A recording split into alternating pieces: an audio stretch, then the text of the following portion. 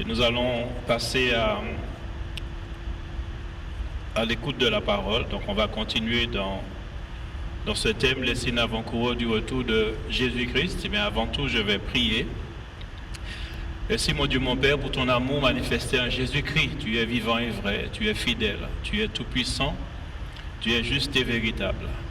Merci pour ta parole que tu nous as laissée. Merci pour ton Esprit Saint que tu nous as donné, qui nous dirige encore dans toute la vérité de ta parole. Merci encore de disposer nos cœurs, Seigneur éternel, à l'écoute encore de tout ce que tu as à nous dire encore en ce jour. Glorifie-toi au travers encore de ce thème et que ton Église encore se tienne encore prête encore pour ta venue qui est déjà là. Sois élevé, sois glorifié en tout temps, au nom de Jésus-Christ. Amen. Amen. Amen. Bien, alors nous allons donc continuer toujours sur le thème les signes avant-coureurs du retour de Jésus-Christ. Donc, le texte habituel, en fait, les versets, c'est Matthieu 24 au verset 1 à 14. Donc, je vais lire Matthieu 24, versets 1 à 14. Comme Jésus s'en allait, au sortir du temple, ses disciples s'approchèrent pour lui en faire remarquer les instructions. Mais il leur dit, « Voyez-vous tout cela? Je vous le dis en vérité, il ne restera pas ici pierre sur pierre qu'il ne soit renversé. » Il s'assit sur la montagne des Oliviers et les disciples vinrent en particulier lui faire cette question. « Dis-nous, quand cela arrivera-t-il et quel sera le signe de ton avènement et de la fin du monde ?» Jésus leur répondit, « Prenez garde que personne ne vous séduise, car plusieurs viendront sous mon nom disant, « C'est moi qui suis le Christ. » Et ils séduiront beaucoup de gens. Vous entendrez parler de guerre et de bruit de guerre. Gardez-vous d'être troublés, car il faut que ces choses arrivent. Mais ce ne sera pas encore la fin. Une nation s'élèvera contre une nation et un royaume contre un royaume, et il y aura en divers lieux des famines et des tremblements de terre. Tout cela ne sera que le commencement des douleurs. Alors on vous livrera au tourment, et l'on vous fera mourir, et vous serez haïs de toutes les nations à cause de mon nom. Alors aussi, plusieurs succomberont, et ils se trahiront, se haïront les uns les autres. Plusieurs faux prophètes s'élèveront, et ils séduiront beaucoup de gens. Et parce que l'iniquité se sera accrue, la charité du plus grand nombre se refroidira. Mais celui qui persévérera jusqu'à la fin sera sauvé. Cette bonne nouvelle du royaume sera prêchée dans le monde entier pour servir de témoignage à toutes les nations, alors viendra la fin. Bien, alors, je faisais remarquer que notre Seigneur, quand il parle aux disciples, il donne un peu il dit ce qui va se passer, et dans tous les versets, il parle en fait des signes avant-coureurs de sa venue, ou encore de l'enlèvement aussi de l'Église. Et aussi, ce sont des signes qui concernent le monde entier, qui concernent aussi Israël, et aussi qui concernent l'Église. Et je vous disais que lorsqu'il parle directement où ça concerne l'Église, et notamment les disciples, les apôtres, c'est à partir du verset 9. Il dit alors, on vous livrera au tourment et l'on vous fera mourir. Donc il s'adresse aux apôtres, mais aussi à l'Église. Et donc, au verset 10, quand il dit, alors aussi plusieurs succomberont et ils se trahiront, se haïront les uns les autres. Donc on est sur ce verset et où le Seigneur me demande encore de parler, parce que ce que Jésus a dit, ça a été valable pour les disciples, pour l'Église, quand l'Église, la première Église, à la Pentecôte, dans Actes des Apôtres, au chapitre 2, lorsque le Saint-Esprit est descendu sur les 120 personnes qui étaient dans la chambre haute. À ce moment-là, c'est là la naissance de l'Église, c'est là aussi le commencement de l'Église, où ils vont prêcher, les apôtres vont prêcher la parole, notamment l'apôtre Pierre aussi qui va prêcher, 3000 âmes, et aussi va être converti, 3000 personnes converties donc, qui vont se faire baptiser, et donc on participe déjà là à vraiment, on va dire, l'éclosion de l'Église, l'Église qui est en train d'émerger.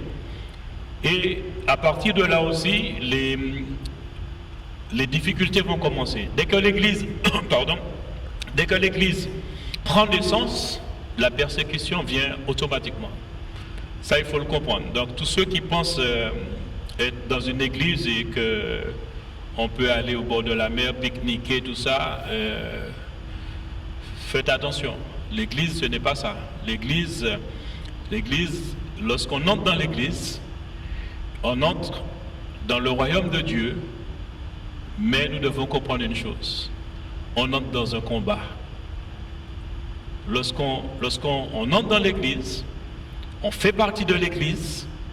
Dès qu'on a dit oui à Jésus-Christ, on fait route vers le ciel, on fait route vers le paradis.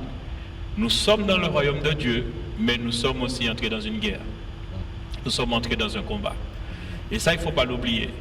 Ça ne nous empêche pas de vivre, tout au contraire, parce que nous sommes dans le bon camp. Nous sommes dans le camp des victorieux, puisque Jésus-Christ a vaincu à la croix. Et nous sommes plus que vainqueurs. Et donc Jésus disait effectivement, plusieurs succomberont, et je vous disais que le mot succomber, c'est être vaincu, c'est abandonner, c'est aussi céder, se laisser aller, et fléchir, s'effondrer, ne plus résister, c'est relâcher tout, c'est abandonner la foi. Et nous savons que le Seigneur Jésus, effectivement, il a parlé de cela, il dit quand il allait revenir, est-ce qu'il trouvera encore la foi? Mais l'apôtre Paul, les apôtres, et notamment l'apôtre Paul, dans 1 Timothée 4, au verset 1, et sa lettre à l'église, effectivement, d'Éphèse, pour ce jeune pasteur, donc qu'il a enseigné, qu'il a aussi instruit dans la parole, eh bien, ce jeune pasteur, il lui dit, donc 1 Timothée 4, au verset 1, mais l'Esprit dit expressément que dans les derniers temps, quelques-uns abandonneront la foi pour s'attacher à des esprits séducteurs et à des doctrines de démons. Et je vous disais la dernière fois qu'il y a plusieurs degrés ou paliers dans l'abandon de la foi et plusieurs formes. Et donc, ne plus lire la Bible, pas envie de prier par exemple, ne plus parler de Jésus-Christ, ou aussi abaisser Jésus-Christ. Ne voir en lui qu'un homme que Dieu a utilisé. Ne plus aimer l'Église. Aimer le monde plus que Dieu. Vivre dans le péché. Ne pas se repentir. Se révolter contre Dieu. Contredire la parole de Dieu. S'opposer à la parole de Dieu, s'opposer et critiquer l'ordre établi par Dieu dans son Église, critiquer et s'opposer à l'autorité que Dieu a établie.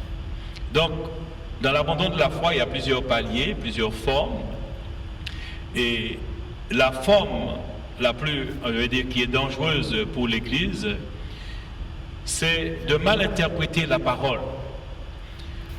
Quand on a été séduit par un esprit séducteur qui nous a donné une pensée ou une révélation et qui met en doute la parole de Christ, ou qui affaiblit ou annule ce que Jésus a fait, ce que Jésus a accompli à la croix pour l'humanité.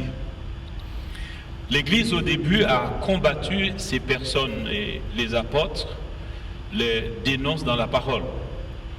Donc certaines personnes dans le Nouveau Testament, surtout dans les Épîtres, donc certaines personnes utilisaient même les textes de l'Ancien Testament ajoutait aussi à la grâce les œuvres ou les principes de la loi. Ce qui a fait beaucoup de débats et l'apôtre Paul, effectivement, dans ses écrits, en parle. Il parle beaucoup de cela. La difficulté, il faut comprendre une chose, c'est que la difficulté était grande et l'opposition de ces personnes était farouche et violente. Toutes ces personnes qui, au temps des apôtres, lorsque l'Église a commencé, en fait, lorsqu'ils ont commencé à prêcher la bonne nouvelle, à parler de Jésus-Christ, à parler de la nouvelle naissance, à parler de la résurrection des morts, à parler de la vie éternelle, ils ont vraiment trouvé, en fait, il y a eu de l'hostilité, il y a eu une opposition. Et je vous disais encore dernièrement, dimanche dernier, que le Nouveau Testament n'était pas encore écrit. Donc tout ce qu'on lit aujourd'hui, les évangiles et les épîtres jusqu'à Apocalypse, donc cela n'était pas écrit. Le Nouveau Testament, il n'y avait rien d'écrit. Et je vous disais que lorsque le Saint-Esprit est venu et est descendu sur les apôtres et qu'il prêchait l'évangile, les gens se convertissaient, recevaient le Saint-Esprit. Donc le Saint-Esprit révélait, il y avait la révélation à ce moment. Le Nouveau Testament est écrit avec l'action. Ça, il faut le comprendre. Dire que l'évangile qui était prêché, c'est ce que les disciples ont vécu avec Jésus-Christ et ce que le Saint-Esprit révélait aussi pour l'Église. Et ce n'était pas une chose facile parce que le fait que le Nouveau Testament n'était pas écrit, donc ceux qui s'opposaient, ils avaient reçu qu'une chose, c'était l'Ancien Testament. L'Ancien Testament était déjà écrit, était déjà rédigé, mais par section, par livre. L'Ancien Testament était là, existait, donc il y avait des écrits. Et nous allons voir dans Luc 4, au verset 16 à 17, que même au temps de Jésus-Christ, parce que pour bien comprendre et mieux saisir en fait ce que Dieu veut nous faire comprendre, pour comprendre aussi aujourd'hui ce qui se passe et voir que le Seigneur aussi vraiment va sanctionner toutes les personnes en fait qui aujourd'hui, on a tous les écrits, on a l'Ancien Testament, on a le Nouveau Testament, on a le Saint-Esprit et aussi Dieu a établi encore des hommes, des serviteurs pour aussi enseigner. Et quand bien même nous avons la Bible elle est complète, et quand bien même il y a quand même des personnes qui s'opposent à la parole ou encore qui contredisent la parole, il y a encore des personnes qui sont séduites, des personnes qui arrivent avec des pensées et aussi des doctrines qui font tomber certaines personnes effectivement dans l'abandon de la foi. Alors Luc 4 au verset 16 à 17, nous allons voir ce qui est écrit. Il nous est dit, il est parlé de Jésus, alors je lis un peu plus haut, au verset 14, il est dit, Luc 4, à partir du verset 14, Jésus, revêtu de la puissance de l'Esprit, retourna en Galilée et sa renommée se répandit dans tout le pays d'alentour. Il enseignait dans les synagogues où il était glorifié par tous. Il se rendit à Nazareth où il avait été élevé et selon sa coutume, il entra dans la synagogue le jour du sabbat. Il se leva pour faire la lecture et on lui remit le livre du prophète Ésaïe. L'ayant déroulé, il trouva l'endroit où il était écrit. Donc, on constate que l'Ancien Testament existait par section, donc par livre, et Jésus, à ce moment-là, donc il avait l'habitude, puisque c'était là qu'il a été élevé, il était à Nazareth, et il est dit qu'il avait cette coutume d'entrer dans la synagogue, mais il était aussi habitué, on le désignait pour pouvoir lire. Donc il lisait les écrits, il lisait le rouleau, il lisait les livres de l'Ancien Testament. Et combien Jésus et ça nous permet aussi de voir une chose importante, Pour ceux peut-être qui ont du mal à lire la Bible ou qui pensent qu'il n'est pas nécessaire de lire la Bible nous dit que Jésus est la parole incarnée. Et Jean 1 au verset 14 qui dit « Et la parole a été faite chair, elle a habité parmi nous, et pleine de grâce et de vérité, nous avons contemplé sa gloire comme la gloire du Fils unique venu du Père. » Donc Jésus est la parole de Dieu, la parole du Père, la parole incarnée. Donc Jésus, la parole, lisait les textes de l'Ancien Testament, lisait les écrits. Donc Jésus avait coutume de lire la parole dans la synagogue. Donc cela prouve aussi une chose, que Jésus connaissait les écrits de l'Ancien Testament. Et tout ce qui concernait, donc, qui le concernait plus ou moins, tout ce qui le concernait dans ses livres, en fait, il le connaissait. Il savait tout ce que les prophètes, tout ce qui est écrit dans les psaumes qui le concernait, il le savait, puisqu'il est la parole incarnée. Donc il est le Verbe, il est la parole de Dieu. Nous allons voir dans Luc chapitre 24, versets 13 à 45. Luc 24, versets 13 à 45. Luc chapitre 24. C'est pour bien comprendre que quand les apôtres commencent à prêcher l'évangile, en fait, pourquoi cette hostilité, pourquoi cette guerre? Puisque quand Jésus arrive, quand il amène l'évangile, la bonne nouvelle, il parle du royaume de Dieu, du royaume des cieux, et donc l'évangile est la bonne nouvelle, mais ça dérange, ça dérange vraiment. Alors, Luc, chapitre 24, verset 13 à 45. Donc, Jésus étant mort, Jésus est ressuscité, et il est dit que les femmes sont allées aussi au tombeau pour pouvoir embaumer le corps et ne l'ont pas trouvé. Et puis, il y a deux disciples, les disciples d'Emmaüs, donc, et on lit à partir du verset 13, Luc chapitre 24 et le verset 13. Et voici, ce même jour, deux disciples allaient à un village nommé Emmaüs, éloigné de Jérusalem de 60 stades. Et ils s'entretenaient de tout ce qui s'était passé. Pendant qu'ils parlaient et discutaient, Jésus s'approcha et fit route avec eux. Mais leurs yeux étaient empêchés de le reconnaître. Il leur dit: de quoi vous entretenez-vous en marchant, pour que vous soyez tout tristes? L'un d'eux, nommé Cléopas, lui répondit: es-tu le seul qui, séjournant à Jérusalem, ne sachant pas ce qui est arrivé ces jours-ci? Quoi leur dit-il? Et il lui répondit ce qui est arrivé au sujet de Jésus de Nazareth, qui était un prophète puissant en œuvre et en parole devant Dieu et devant tout le peuple. Et comment les principaux sacrificateurs et nos magistrats l'ont livré pour le faire condamner à mort et l'ont crucifié. Nous espérions que ce serait lui qui délivrerait Israël. Mais avec tout cela, voici le troisième jour que ces choses se sont passées. Il est vrai que quelques femmes d'entre nous ont fort étonnés. S'étant rendues de grand matin au sépulcre, et n'ayant pas trouvé son corps, elles sont venues dire que des anges leur sont apparus et ont annoncé qu'il est vivant. Quelques-uns de ceux qui étaient avec nous sont allés au sépulcre, et ils ont trouvé les choses comme les femmes l'avaient dit. Mais lui, ils ne l'ont point vu. Alors Jésus leur dit: ô hommes sans intelligence, et dont le cœur est lent à croire tout ce qu'ont dit les prophètes, ne fallait-il pas que le Christ souffrit ces choses et qu'il entrât dans sa gloire?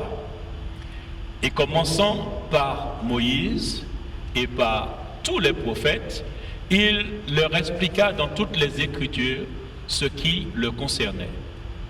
Alors là, déjà, on voit que il va citer les Écritures. Donc l'Ancien Testament était là, et Jésus, comme il faisait la lecture, donc il connaissait tout ce qui le concernait, tout ce que les prophètes, tout ce qui était écrit dans l'Ancien Testament et qui concernait Jésus, eh bien Jésus le savait. Jésus savait tout ce qui se rapportait à lui. Et donc, pour expliquer aux disciples d'Emmaüs tout ce qui est arrivé, eh bien, il va utiliser les Écritures. Et donc, il dit, en commençant, verset 27, par Moïse et par tous les prophètes. Il leur expliqua dans toutes les Écritures, donc l'Ancien Testament, ce qui le concernait. Verset 28. Lorsqu'ils furent près du village où ils allaient, il parut vouloir aller plus loin. Verset 29, on continue. Mais ils le pressèrent en disant, reste avec nous, car le soir approche. Le jour est sur son déclin, et il entra pour rester avec eux. Pendant qu'il était à table avec eux, il prit le pain et après avoir rendu grâce, il le rompit et le leur donna. Alors leurs yeux s'ouvrirent et ils le reconnurent, mais il disparut de devant eux. Et même là encore, on constate une chose, c'est que Jésus, il fait route avec eux, mais ils ne reconnaissent pas Jésus-Christ. Ils ne le reconnaissent pas, puisque Jésus étant ressuscité. Et donc, son aspect a changé par rapport au corps glorieux et au corps, bien sûr, après résurrection. Mais surtout aussi parce que eux ne croyaient pas à la résurrection, même si Jésus l'a dit, mais en fait, c'était quelque chose d'étonnant. C'était quelque chose qui dépassait l'entendement humain. De croire que Jésus-Christ qu'ils ont vu, Jésus-Christ qu'ils ont mangé avec lui, Jésus-Christ qu'ils l'ont fréquenté, en fait, ils étaient avec lui. Et puis qu'il soit mort, et puis après qu'il soit ressuscité, c'était quand même bouleversant. Pourtant, il leur a dit. Et Jésus, effectivement, il va expliquer, en parlant des Écritures de l'Ancien Testament, quand bien même qu'il va donner tous les détails, en ce qui le concerne, en ce qui concerne Jésus-Christ, eux-mêmes ne réalisent pas que c'était Jésus qui était à côté d'eux. Mais quand Jésus, un geste qu'il avait l'habitude de faire lorsqu'il était avec eux, c'est rompre le pain, verset 30, il dit, pendant qu'il était à table avec eux, il prit le pain, et après avoir rendu grâce, ça aussi, il le faisait, il le rompit et le leur donna. Alors leurs yeux s'ouvrirent et ils le reconnurent, mais il disparut devant eux. Continuons. Donc, au verset 32, et ils se dirent l'un à l'autre, notre cœur ne brûlait-il pas au-dedans de nous lorsqu'il nous parlait en chemin et nous expliquait les Écritures? Et donc ça c'est important, lorsque en tant qu'enfant de Dieu et qu'on est en contact avec la parole de Dieu, combien ça doit chauffer à l'intérieur. Ça doit chauffer convenablement, mais bien quoi. Puisque la parole de Dieu aussi, c'est la vie. La parole de Dieu doit aussi nous animer. Et donc, il dit, notre cœur ne brûlait-il pas au-dedans de nous lorsqu'il nous parlait en chemin et nous expliquait les Écritures? Donc, il y avait quelque chose qui se passait, mais il ne pouvait pas voir. Mais c'est quand Jésus va rompre le pain. Et là, verset 33, se levant à l'heure même, ils retournèrent à Jérusalem et ils trouvèrent les 11 et ceux qui étaient avec eux assemblés. Continue. Et disant, le Seigneur est réellement ressuscité. Et il est apparu à Simon. Et ils racontèrent ce que leur était arrivé en chemin et comment il l'avait reconnu au moment où il rompit le pain. Pas avant. Et pourtant, il expliquait les Écritures. Continue. Et au verset 38. Et donc, il est dit, mais il leur dit, alors avant, je me suis trompé. Le Seigneur, verset 35. Et ils racontèrent ce qui leur était arrivé en chemin et comment ils l'avaient reconnu au moment où il rompit le pain. Verset 36. Tandis qu'il parlait de la sorte, lui-même se présenta au milieu d'eux et leur dit, la paix soit avec vous. Saisis de frayeur et d'épouvante, ils croyaient voir un esprit. Et voyez-vous encore, Jésus apparaît. Et là, en fait, pour eux, en fait, c'est un esprit, quoi. C'est un fantôme. Ils étaient troublés. Mais il leur dit, pourquoi êtes-vous troublés et pourquoi pareille pensée s'élève-t-elle dans vos cœurs? Donc prendre Jésus pour un fantôme, pour un esprit, donc c'est pour un démon, quoi. Jésus dit, mais pourquoi pareille pensée s'élève-t-elle dans vos cœurs? Jésus lit dans les cœurs. Et là, verset 39, voyez mes mains et mes pieds, c'est bien moi, touchez-moi et voyez. Et là, ça c'est encore quelque chose, dans les Écritures, nous devons faire attention quand nous lisons. Il dit, un esprit n'a ni chair ni os comme vous voyez que j'ai. C'est la différence. Jésus est vraiment le Fils de Dieu. Jésus-Christ, il est esprit, mais il est aussi un vrai homme. Même après la résurrection, il a ce corps, on peut le toucher, on peut effectivement voir qu'il est réel et que Jésus n'est pas un mythe, n'est pas une légende, mais que Jésus est vraiment le Fils de Dieu, manifesté parmi les hommes en tant qu'homme. Et en disant cela, il leur montra ses mains et ses pieds. Comme dans leur joie, ils ne croyaient point encore et qu'ils étaient dans l'étonnement, il leur dit, avez-vous ici quelque chose à manger? C'était pas facile. Même là, c'était pas facile. Parce que l'Ancien Testament parlait de ça, mais c'était pas clair. C'était pas clair. Et donc tout ce que Jésus a dit auparavant, même là, c'était pas clair pour les apôtres, pour ses disciples qui ont vécu avec lui. Et verset 42, ils lui présentèrent du poisson rôti et un rayon de miel. Il l'en prit et il mangea devant eux. Puis il leur dit, c'est là ce que je vous disais lorsque j'étais encore avec vous, qu'il fallait que s'accomplisse tout ce qui est écrit de moi dans la loi de Moïse, dans les prophètes et dans les psaumes. Et verset 45, alors il leur ouvrit l'esprit afin qu'ils comprissent les Écritures. C'était pas facile. L'Ancien Testament était là, mais il était difficile pour ces personnes de pouvoir, même les disciples, de pouvoir connaître en fait ce qui concernait Jésus-Christ, ce qui concernait en fait effectivement le royaume de Dieu, le royaume de cieux, c'était encore voilé, la nouvelle naissance. Et l'Église, toutes ces choses-là étaient voilées. Et pourtant, l'Ancien Testament parlait de Jésus, de ce qu'il allait faire. Et pourtant, Jésus, en expliquant cela même aux apôtres, aux disciples, la difficulté était encore là. Mais gloire soit rendue à Dieu, parce que notre Seigneur, effectivement, il dit qu'il leur ouvrit l'esprit afin qu'ils comprissent les Écritures. C'est quelque chose de fondamental et que notre esprit soit ouvert à la parole pour comprendre vraiment les Écritures. C'est pas évident. Même lorsque l'apôtre Paul, les apôtres, ils ont commencé à prêcher l'évangile, ça n'a pas été simple non plus. Eux, ils avaient le Saint-Esprit, mais en face, même certaines personnes qui avaient le Saint-Esprit voulaient encore mélanger, prendre les écrits de l'Ancien Testament pour pouvoir confronter, pour s'opposer aux apôtres, parce qu'ils prêchaient quelque chose en fait qu'ils ne connaissaient pas. Ils prêchaient quelque chose en fait qui ne cadrait pas avec ce qu'ils ont connu et qu'ils ont appris par rapport à la loi et l'Ancien Testament. Jésus aussi a été confronté aussi avec les gens de son époque, les chefs religieux, les personnes aussi qui avaient les écrits, l'Ancien Testament, donc les Sadducéens, les scribes, toutes ces personnes, les pharisiens. Nous allons voir dans Matthieu 15, versets 1 à 14. Matthieu 15, versets 1 à 14.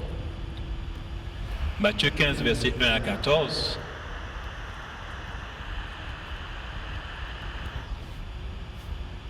Matthieu 15, versets 1 à 14, nous lisons. Alors des pharisiens et des scribes vinrent de Jérusalem auprès de Jésus et dirent, pourquoi tes disciples transgressent-ils la tradition des anciens, car ils ne se lavent pas les mains quand ils prennent leur repas? Il leur répondit, et vous, pourquoi transgressez-vous le commandement de Dieu au profit de votre tradition? Car Dieu a dit, honore ton père et ta mère, et celui qui maudira son père ou sa mère sera puni de mort. Mais vous vous dites, celui qui dira à son père ou à sa mère, ce dont j'aurais pu t'assister est une offrande à Dieu, n'est pas tenu d'honorer son père ou sa mère. Vous annulez ainsi la parole de Dieu au profit de votre tradition. Donc c'est important. Regardez même que même les pharisiens, les docteurs de la loi, les scribes, les gens qui sont en contact avec l'Ancien Testament, avec les écrits de l'Ancien Testament, eux-mêmes annulaient la parole de Dieu. Ils ajoutaient eux-mêmes par rapport aux écrits de l'Ancien Testament, ils ajoutaient des choses. Et c'est pourquoi Jésus va leur dire, hypocrite, Ésaïe a bien prophétisé sur vous quand il a dit, ce peuple m'honore des lèvres, mais son cœur est éloigné de moi. Et là, il cite des Écritures. Et il dit, et c'est en vain qu'il m'honore en enseignant des préceptes qui sont des commandements d'hommes.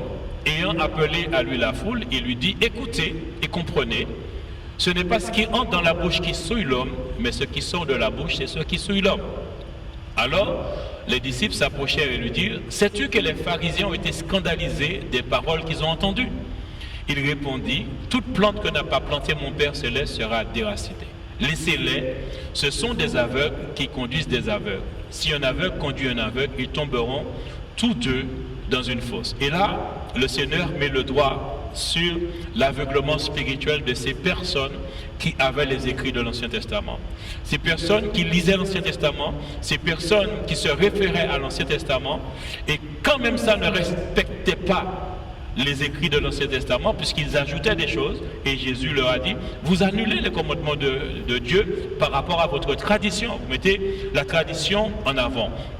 Et aussi, l'apôtre Paul, plus tard, quand Dieu le choisit, il arrive des années plus tard, et qu'il reçoit de la parole, il reçoit de Jésus-Christ, plus ou moins, la révélation de l'Évangile, et bien dans 2 Corinthiens 3, versets 5 à 17, et nous avons pris ce texte la dernière fois, on reprend, parce que Jésus leur dit, ce sont des aveugles. Ils disent que laissez-les, Matthieu 15, 14, laissez-les, ce sont des aveugles qui conduisent des aveugles. Si un aveugle conduit un aveugle, ils tomberont tous deux dans une fosse. Donc, ils ont toujours l'Ancien Testament, mais ils sont aveuglés. Et 2 Corinthiens 3, versets 5 à 17, c'est ce que l'apôtre Paul va aussi dire.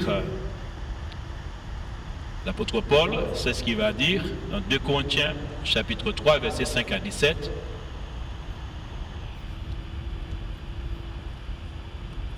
2 Corinthiens 3.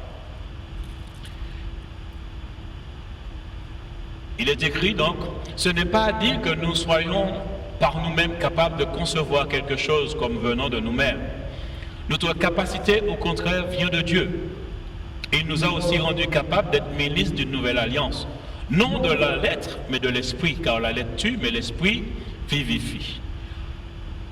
Or, si le ministère de la mort gravé avec des lettres sur des pierres a été glorieux, au point que le fils d'Israël ne pouvait fixer le regard sur le visage de Moïse à cause de la gloire de son visage, bien que cette gloire fût passagère, combien le ministère de l'Esprit ne sera-t-il pas plus glorieux?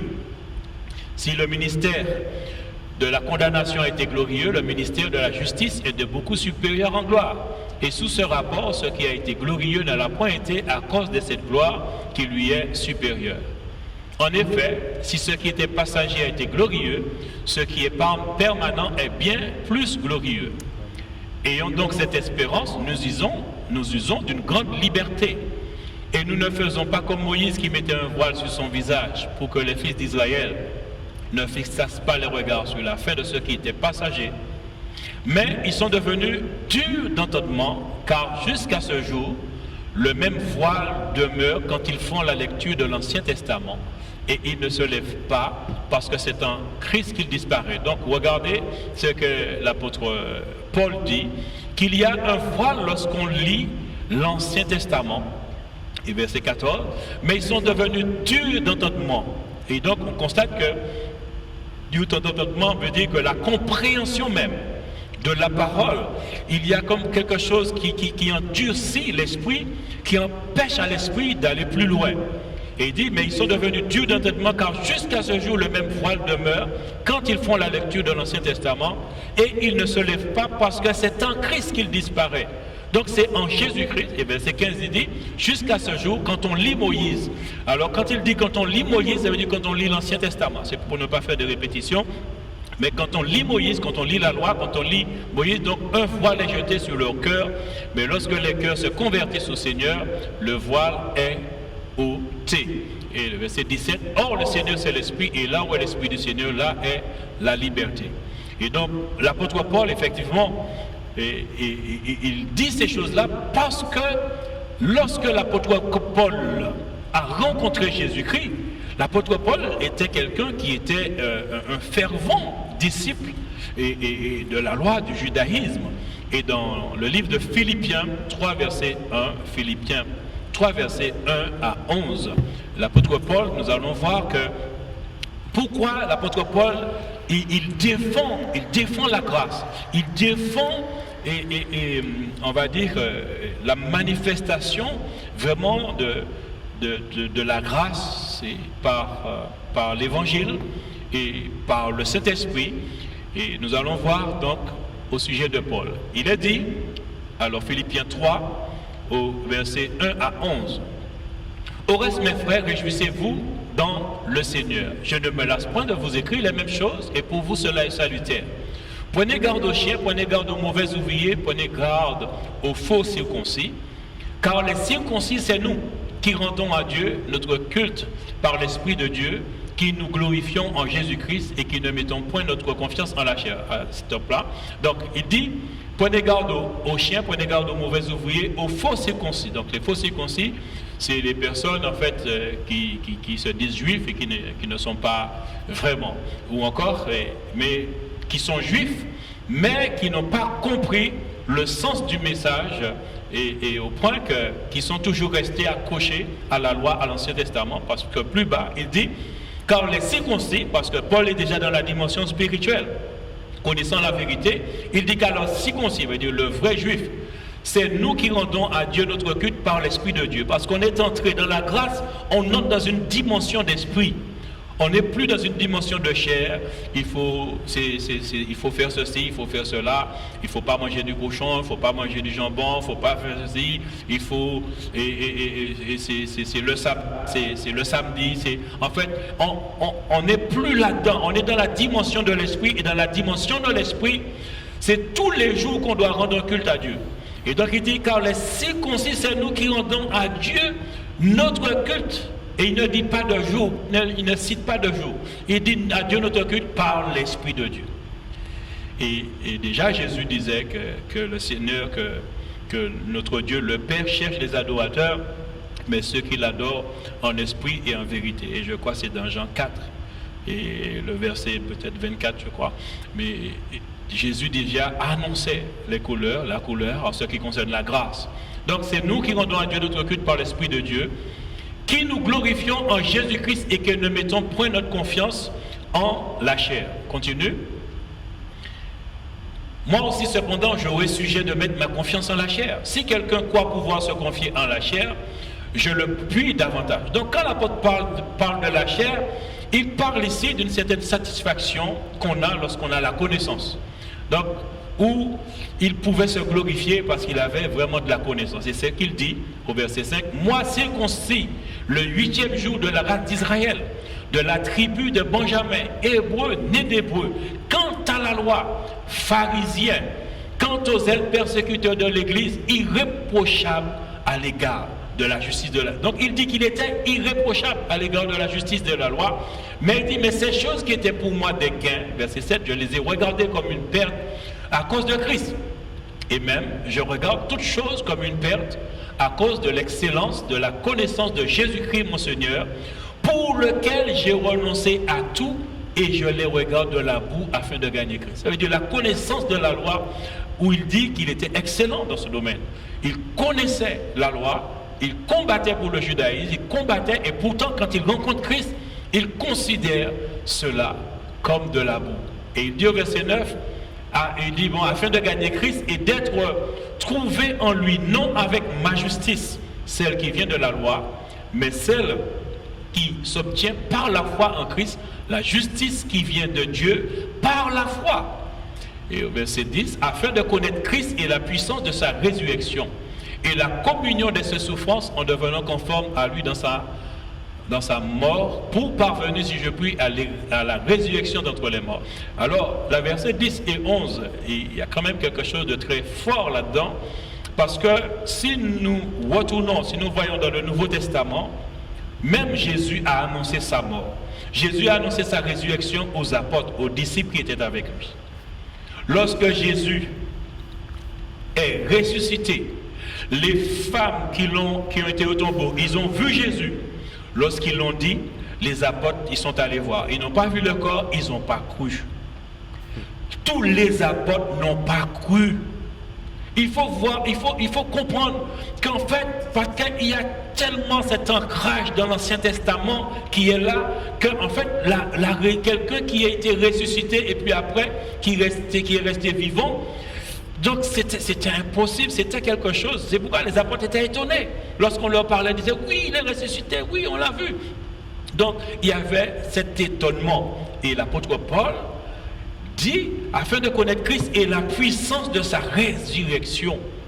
Ça, c'est important. Mais si je puis à la résurrection d'entre les morts, l'Ancien Testament ne pouvait pas montrer clairement ces choses. C'était là, mais sans le Saint-Esprit, sans Jésus-Christ, on ne peut pas comprendre et accepter ces choses. C'est vraiment quelque chose de difficile. Et c'est pourquoi on comprend pourquoi notre Dieu aussi, il va utiliser Paul. Vraiment, c'est lui qui va vraiment enseigner Paul. Alors, nous voyons aussi dans Actes chapitre 22, verset 3 à 4. Je vais lire ce verset. Acte 22, verset 3 à 4. Où Paul va dire aussi, je suis juif, né à Tars en Cilicie, mais j'ai été élevé dans cette ville-ci et instruit au pied de Gamaliel, dans la connaissance exacte de la loi de nos pères, étant plein de zèle pour Dieu, comme vous l'êtes tous aujourd'hui. J'ai persécuté à mort cette doctrine, liant et mettant en prison hommes et femmes. Donc l'apôtre Paul est passé par là. Nous lisons aussi Acte 21 au verset 27 à 33. Acte 21 au verset 27 à 33. Acte 21. Donc il faut bien comprendre une chose, que l'apôtre Paul, lorsqu'il était ancré dans la loi, il ne pouvait pas faire autrement que persécuter l'Église. Donc c'est pourquoi aussi l'Église, en prêchant l'Évangile, quand on apporte l'Évangile, en fait, il y aura toujours ce combat avec les esprits séducteurs, avec les personnes encore qui sont encore attachées aux traditions. L'Évangile est vraiment quelque chose qui dérange. L'Évangile dérange la culture, dérange la tradition, dérange la philosophie, dérange les courants de pensée. Prêcher l'Évangile avant, en fait, c'était entrer dans une confrontation, entrer vraiment dans des heurts. Et lorsque l'apôtre Paul lui-même, le Seigneur l'a saisi, dans Acte 21, au verset 27, il dit, puisqu'il a été confronté aux Juifs, il dit, sur la fin des 7 jours, il avait fait un jeûne, les Juifs d'Asie, ayant vu Paul dans le temple, soulevèrent toute la foule et mirent la main sur lui, en criant, homme israélite, au secours. C'est pour vous dire, voici l'homme qui prêche partout et à tout le monde contre le peuple, contre la loi et contre ce lieu. Il a même introduit des Grecs dans le temple et a profané ce Seigneur, parce que aussi dans la culture juive, ils ne se mélangeaient pas avec les païens. Nous avons vu dernièrement comment Dieu s'est pris avec l'apôtre Pierre pour qu'il aille chez Corneille, qui est un Romain. Donc, les Grecs, ce n'est pas des Juifs. Il a même introduit des Grecs dans le temple. Mais c'est c'est chaud, quoi. Donc, c'était pas une affaire simple. Et donc, il dit, il a profané le Saint-Lieu. Verset 29, car ils avaient vu auparavant Trophime d'Éphèse avec lui dans la ville, et ils croyaient que Paul l'avait fait entrer dans le temple. Et au verset 30, toute la ville fut émue, et le peuple accourut de toutes parts. Ils se saisirent de Paul et le traînèrent hors du temple, dont les portes furent aussitôt fermées. Comme ils cherchaient à le tuer, le bruit vint au tribun de la couronne que tout Jérusalem était en confusion. À l'instant, il prit des soldats et des centeniers, et courut à eux. Voyant le tribun et les soldats, ils cessèrent de frapper Paul. Alors le tribun s'approcha, se saisit de lui et le fit lier de 2 chaînes. Puis il demanda qui il était et ce qu'il avait fait. Et donc c'était terrible pour l'apôtre Paul. Comprenons que ce n'était pas vraiment une affaire simple. Et nous n'allons pas continuer. Nous allons rester là, puisque moi, comme j'enregistre, et je ne veux pas que ce soit trop long. Et donc, prenez vraiment en compte ces choses. Avec Jésus, Jésus nous montre les choses. Et on comprendra mieux quand on va lire les actes, quand on va vraiment voir les oppositions. On comprendra mieux que le Nouveau Testament n'était pas écrit, mais l'Ancien Testament, oui. Et ceux qui s'opposaient à l'Évangile, c'était des personnes qui étaient encore ancrées par rapport aux écrits dans l'Ancien Testament. Que notre Dieu soit loué, soit béni. Amen. Amen.